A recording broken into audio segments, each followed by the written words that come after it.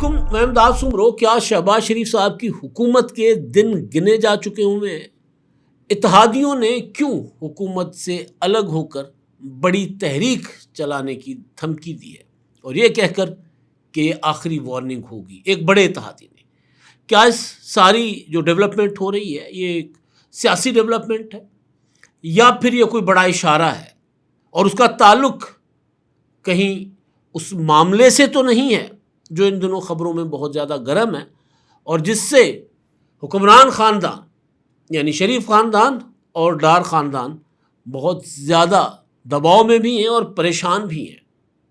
اسحاق ڈار صاحب جو نائب وزیر اعظم ہیں، وزیر خارجہ ہیں، نواز شریف صاحب کے سمدھی ہیں، ان کے نواسے کو ایک مقدمے میں گرفتار کیا جانا، ان کے نواسے کے اوپر بیرون ملک سے آئی 2 خواتین کو یرغمال بنا کر اغوا کر کے ان کے ساتھ گینگ ریپ کرنے کا الزام ہونا، یہ کیا اس خبر کے آنے کے بعد اتحادیوں کی طرف سے دھمکی، پھر فیصل ووڈا صاحب کا استعفیٰ مانگنا اور کافی ساری چیزیں، تو کیا یہ سارا کچھ نارمل ہے، یا اس کے پیچھے کوئی نہ کوئی ہے جو ڈوریاں ہلا رہا ہے؟ اچھا، اس سارے معاملے پر بات کروں گا، اور ساتھ ساتھ ایک اور معاملہ تو نہیں، تاریخ آج 5 جولائی ہے. 5 جولائی 1977 کو پاکستان میں مارشل لا لگایا گیا تھا. پاکستان کے پہلے منتخب وزیر اعظم، پاکستان کو آئین دینے والے، پاکستان کو ایٹمی طاقت بنانے والے ذوالفقار علی بھٹو کی حکومت ختم کر دی گئی تھی، اور پھر 11 سال تک ایک فوجی آمر جنرل ضیاء الحق پاکستان پر نہ صرف مسلط رہا بلکہ پاکستان کا حلیہ بگاڑ دیا. پاکستان میں انسانی حقوق کی دھجیاں اڑائی، سیاسی کارکنوں کا قتل عام ہوا، اور یہاں تک کہ ذوالفقار علی بھٹو کو پھانسی بھی چڑھایا گیا. وہ دن اور آج کا دن پاکستان نہیں سنبھلا. اگر پاکستان گزشتہ برس انڈیا کے سامنے، اتنی بڑی طاقت کے سامنے پاکستان ڈٹ کے کھڑا ہوا اور جنگ میں انڈیا کو ناکو چنے چبوائے، انڈیا کو بدترین شکست دی، تو وہ اسی لیڈر کی وجہ سے جس نے پاکستان کو اتنی طاقت بنایا تھا. اور آج بھی اگر ایران پر امریکہ اور اسرائیل مل کر حملہ کرتے ہیں اور پاکستان محفوظ تصور کرتا ہے خود کو، تو وہ اسی ذوالفقار علی بھٹو شہید کی وجہ سے، جن کو ایک عامر نے پھانسی چڑھا دیا تھا. تو بہرحال باقی تاریخ ہے، اس میں ڈیٹیل میں نہیں جاؤں گا، کیونکہ کلیشن آف کلچر، لسانی اور فرقے واریت، لسانیت، فرقے واریت، ہر طرح کی دہشت گردی، تقسیم، سیاسی کلچر کو ختم کر کے برادریزم کو پروان چڑھانا، یعنی پاکستان کے اندر جتنی برائیاں ہیں وہ عامر کے دور حکومت کی دین ہے، کیونکہ وہ صرف اپنے آپ کو، اپنی حکومت کو طوالت دینے کے لیے اس نے پاکستان پر اتنے گہرے گھاؤ لگائے کہ ابھی تک بھر نہیں پا رہے. آج بھی مختلف شکلوں میں اس کو بھگت رہے ہیں، اور اب جس طرف میں جا رہا ہوں وہ بھی انہی کی دین، یعنی وہ جو حکمران اتحاد میں شامل ایک جماعت جنہوں نے دھمکی دی ہے شہباز شریف صاحب کو. ویسے تو ظاہر ہے 85 کے انتخابات میں ہی نواز شریف صاحب سامنے آئے تھے، اور اس کے بعد، بلکہ اس سے پہلے ان کی کابینہ میں بھی شامل تھے، پنجاب کی جو غیر منتخب اور جو کابینہ تھی، اس کے بعد 85 میں بھی وہ پھر الیکشن لڑے، اور اس کے بعد پھر ظاہر نواز شریف صاحب کا سفر شروع ہوا. پھر انہوں نے اپنی شناخت بھی بنائی. تو ایک کہا جاتا ہے کہ نواز شریف صاحب اور دوسرے الطاف حسین صاحب، یہ 2، اور پھر طالبان اور باقی سارا کچھ جو کچھ بنا تھا ضیاء الحق کے دور میں. تو خیر، اب میں آتا ہوں جناب، متحدہ قومی موومنٹ کے رہنما ہیں متحدہ قومی موومنٹ پاکستان کے ڈاکٹر فاروق ستار صاحب. انہوں نے پریس کانفرنس کی کل کراچی میں. سیاسی لوگ ہیں، ان کو بات کرنی چاہیے، مطالبات رکھنے چاہیے، حکمران اتحاد میں شامل ہیں، تو حکومت نے ان کے ساتھ یا مسلم لیگ نون نے ان کے ساتھ جو کمٹمنٹ کی تھی ان کو پورا کرنا چاہیے. جیسے وہ کہتے ہیں کہ جی ہمیں کہا گیا تھا کہ ہم اسٹرانگ بلدیاتی نظام کے لیے آئین میں ترمیم کریں گے. میں تو ان کی اس بات کو بالکل سپورٹ کرتا ہوں کہ ہونا چاہیے. وسائل کی تقسیم جو ہے وہ نچلی سطح تک جانی چاہیے، بالکل ہونا چاہیے. اختیارات کسی ایک شخص کے پاس نہ ہوں، وزیر اعلیٰ کے پاس، میئرز کے پاس، بلدیاتی نمائندوں کے پاس اختیارات ہونے چاہیے، بالکل ٹھیک بات.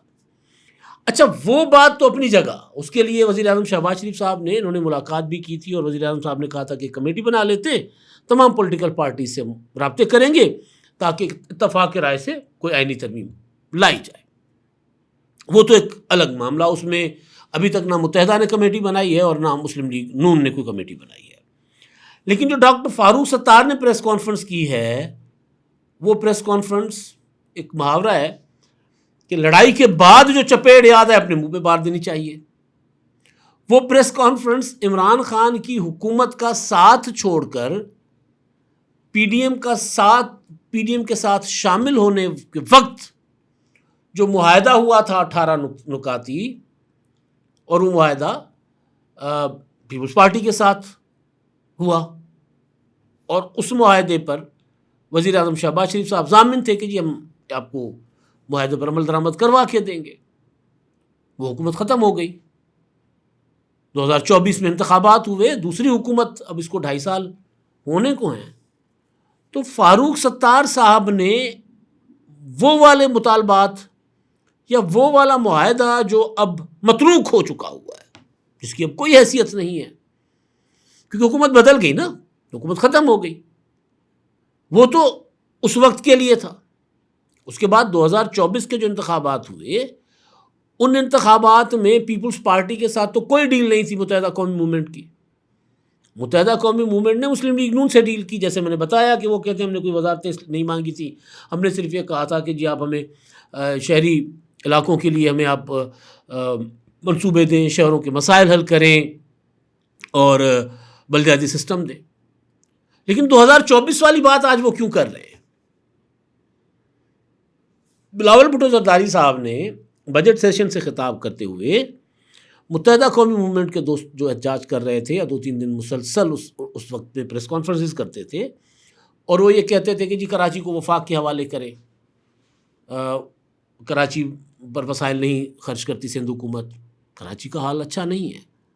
لیکن بہرحال انہوں نے کہا کہ جی یہ کریں. تو بہرحال بلاول اور پھر بلدیاتی نظام، تو اس پر بلاول بھٹو نے کہا تھا متحدہ قومی موومنٹ سے کہ جی اگر آپ وفاقی حکومت میں نہ صرف اتحادی ہیں بلکہ آپ تو کابینہ میں شامل ہیں، اگر آپ کے مطالبات نہیں مانے جاتے تو بھائی آپ حکومت سے الگ ہو جائیں. اب جو پریس کانفرنس کل فاروق ستار صاحب نے کی ہے، وہ بلاول بھٹو کے مشورے پر عمل کرتے ہوئے کی ہے لگتا ہے،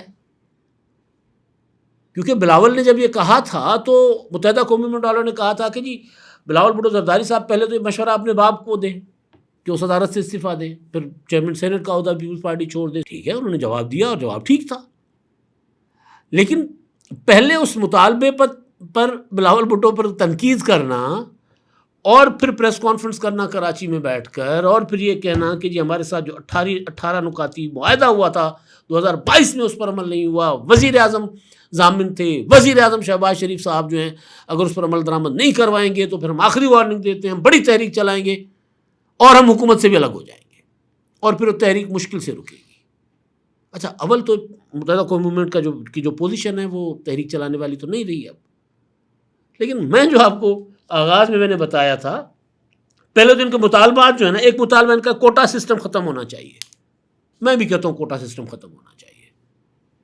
اب سندھ کا جو شہری اور دیہی کوٹا ہے ختم ہونا چاہیے. میرٹ کے اوپر اگر سکھر لاڑکانے کا بچہ جو ہے وہ ٹاپ میرٹ پر آتا ہے تو اس کے لیے صرف مخصوص سیٹیں کیوں ہوں کہ جی آپ تو سکھر کے جو رورل کوٹا ہے، دیہی کوٹا ہے، اس کے اوپر آپ اپلائی کر سکتے ہیں؟ نہیں، اوپن میرٹ پر ہو، بالکل ہونا چاہیے. یہ میرٹ سسٹم، یہ جو کوٹا سسٹم تھا، یہ لیاقت علی خان صاحب لائے تھے. پھر اس کو آگے چل کے آئین میں شامل کر لیا گیا ایک مخصوص مدت کے لیے، یہ ہمیشہ رہنے کے لیے نہیں تھا. تو میں اس مطالبے کے حق میں ہوں کہ کوٹا سسٹم ختم ہونا چاہیے. بھائی جو کراچی میں لوگ رہتے ہیں وہ تو ایم کیو والے تو یہ سمجھتے ہیں کہ وہ سارے کے سارے جو ہیں وہ ہمارے ہیں، یعنی ان کو ٹارگٹ اس لیے کیا جا رہا ہے کہ جی وہ متحدہ کے ووٹر ہیں. ایسا تو نہیں ہے. وہاں پر سندھی رہتے ہیں, وہاں پر پٹھان رہتے ہیں, وہاں پر بلوچ رہتے ہیں, وہاں پر سرائکی رہتے ہیں. ڈیموگرافک چینجز آ گئی ہیں وہاں پر. تو یہ اور لیکن وہ اس کو یوں کر کے دیکھتے ہیں کہ جی جو مہاجرین ہیں, معذرت کے ساتھ, ہم تو ان کو پاکستانی شہری سمجھتے ہیں. 70 سال تک تو کوئی 80 سال تک تو کوئی مہاجر نہیں ہوتا. اس دھرتی کے وارث ہیں وہ بھائی, ان کی اولادیں یہاں پر پیدا ہوئی ہیں, ان کے بڑوں کی قبریں ہیں یہاں پر. تو بہرحال تو وہ یہ سمجھتے ہیں کہ جو شہری کوٹا ہے وہ صرف اور صرف مہاجرین کے لیے ہے. بھائی حیدرآباد پاکستان بننے سے پہلے بھی تھا, کراچی پاکستان بننے سے پہلے بھی تھا, اور پھر کراچی میں پاکستان بننے کے بعد پورے ملک سے لوگوں نے وہاں جا کر وہاں پر آباد ہوئے ہیں. ان کا وہاں کا ڈومیسائل ہے, اور یہ میرا رائٹ ہے کہ میں لاہور میں رہتا ہوں, اگر میں دادو کا ڈومیسائل وتھڈرا کروں تو مجھے یہاں کا ڈومیسائل ملنا چاہیے, میرا رائٹ ہے. لوگ اپنا ڈومیسائل اپنے دیہی علاقوں کا وتھڈرا کرتے ہیں, کے پی کے سے وتھڈرا کرتے ہیں, پنجاب سے وتھڈرا کرتے ہیں, سندھ کے دیگر دیہی علاقوں سے وتھڈرا کرتے ہیں, وہ جا کر وہاں پر ڈومیسائل بنواتے ہیں, کہتے ہیں جعلی ڈومیسائل ہے. یہ منطق سمجھ نہیں آ رہی کہ بغیر مقامی کیا ہوتا ہے بھائی. پاکستان کے کسی بھی کونے پر رہنے والا بندہ کراچی میں آ کر اگر وہاں پہ اس کی نسلیں وہاں پر آباد ہیں اور وہ وہاں کا ڈومیسائل بنا لیتا ہے, غیر مقامی کیسے ہو گیا؟ تو بہرحال کوٹا سسٹم اوکے ختم ہونا چاہیے. ڈومیسائل والا معاملہ, جعلی ڈومیسائل نہیں ہونا چاہیے. لیکن جو متحدہ قومی موومنٹ والوں کے اینک سے آپ دیکھیں گے تو وہ کہیں گے نہیں جی نوکریاں تو صرف ہمارا حق ہے بس. پھر ان کے دور میں کیا ہوا تھا جناب, انہوں نے بلدیہ عظمیٰ کراچی میں ایم کے ورکر بھرتی کر لیے تھے, اور ایسے ایسے ورکرز بھی جو کئی جرائم میں ملوث پائے گئے. بعد میں کراچی واٹر بورڈ میں جتنے شہری ادارے تھے ان میں گھوسٹ بھرتیاں تھیں, پیسہ ان کی تنخواہیں 90 جاتی تھیں. ریکارڈ ہے بھائی, سارا سامنے آ گیا ہوا ہے, کوئی ڈھکی چھپی بات نہیں ہے. ٹارگٹ کلرز کو تنخواہیں وہاں سے ملتی تھیں شہری اداروں سے. تو بہرحال مطالبات شہر کے حوالے سے, جو ان کے باقی شہر کے انفراسٹرکچر کے حوالے سے, شہر کے کو زیادہ سے زیادہ وسائل دینے کے حوالے سے, وہ بالکل مطالبات ٹھیک ہے, چاہے وہ سندھ حکومت سے ہیں چاہے وہ وفاقی حکومت سے ہیں. لیکن یہ تفریق یا جو نفرت وہ والا ایلیمنٹ. لیکن میں پھر واپس آتا ہوں اپنے اس نقطے پر, کیونکہ ان کے کافی سارے 18 نکات میں بہت کچھ تھا, لیکن وہ متروک ہو چکا نا بھائی. وہ اب آپ مجھے نہیں سمجھ آتی. بہرحال اس کو شلیل نام احمد صاحب نے ان کو جواب دیا کہ بلیک میلنگ کر رہے ہیں. اب وہ کہہ رہے ہیں کہ جی ہم حکومت سے الگ ہو جائیں گے. اب اس وقت جب یہ ڈار صاحب کے نواسے کا اسکینڈل سامنے آیا, اس کے بعد انہوں نے پریس کانفرنس کر کے کیا اشارہ دیا, جس طرح فیصل ووڈا صاحب نے ٹویٹ کر کے کہ جی ساکھ ڈار صاحب استعفیٰ دے دیں, یہ 500 ایلیٹ کیپچر ہے, یہ سارے چور ہیں, ڈاکو ہیں, جمہوریت ایک فراڈ ہے, یہ ہے وہ ہے. یعنی اس سے تاثر گیا کہ فیصل ووڈا صاحب کو کہیں سے اشارہ ہوا ہے. اور مطلب جب 2.5 سال حکومت پاکستان میں پورے کر لے تو پھر یہ ہوتا ہے کہ جی اب شاید یہ حکومت اب ڈاواڈول ہونا شروع ہو جائے گی. بڑے عرصے سے بڑے جگادری صحافی آرٹیکلس بھی لکھ رہے ہیں کہ جی یہ تو کسی اور کی تلاش ہے, ونڈر بوائے کی تلاش ہے, معاشی اور سیاسی طور پر حکومت ٹھیک کام نہیں کر رہی, تو اس طرح کی باتیں بھی ہو رہی ہیں. تو وہ فیصل ووڈا کی اسحاق ڈار صاحب کے نواسے کے اسکینڈل کے بعد ٹویٹ, اور انہوں نے یہ پریس کانفرنس کر دی. غلطی ان سے یہ ہو گئی کہ انہوں نے اگر مسلم لیگ نون کی موجودہ حکومت کے ساتھ 2024 کے انتخابات کے بعد جو معاہدہ کیا تھا اس کا ذکر کر لیتے, متروکہ معاہدے کا ذکر کرنا. لیکن بہرحال اب میرا خیال یہ ہے کہ وہ تھوڑا سا حکومت کو پریشر میں لانا چاہ رہے ہیں, تھوڑا سا یہ بدگمانی پیدا کروانا چاہتے ہیں کہ شہباز شریف صاحب اب ہمیں بھی اشارہ ہو گیا ہوا ہے, اور ہم تو ہمیشہ اشارے پہ چلتے ہیں. 88 کی حکومت میں حصہ تھے, 90 کی حکومت میں حصہ تھے, 93 کی حکومت میں حصہ تھے, یا اس کے بعد والی حکومتوں میں. 93 میں تو انہوں نے بائیک آؤٹ کیا تھا انتخابات کا, بعد والی حکومتوں کا حصہ تھے. مطلب 88 سے جتنی حکومتیں بنی ہیں سب میں حصہ ہی رہے یہ. اور پھر ہمیشہ 10-15 دن کے بعد یہ دھمکی ہوتی تھی الطاف حسین کی کہ جی میں حکومت سے الگ ہو رہا ہوں.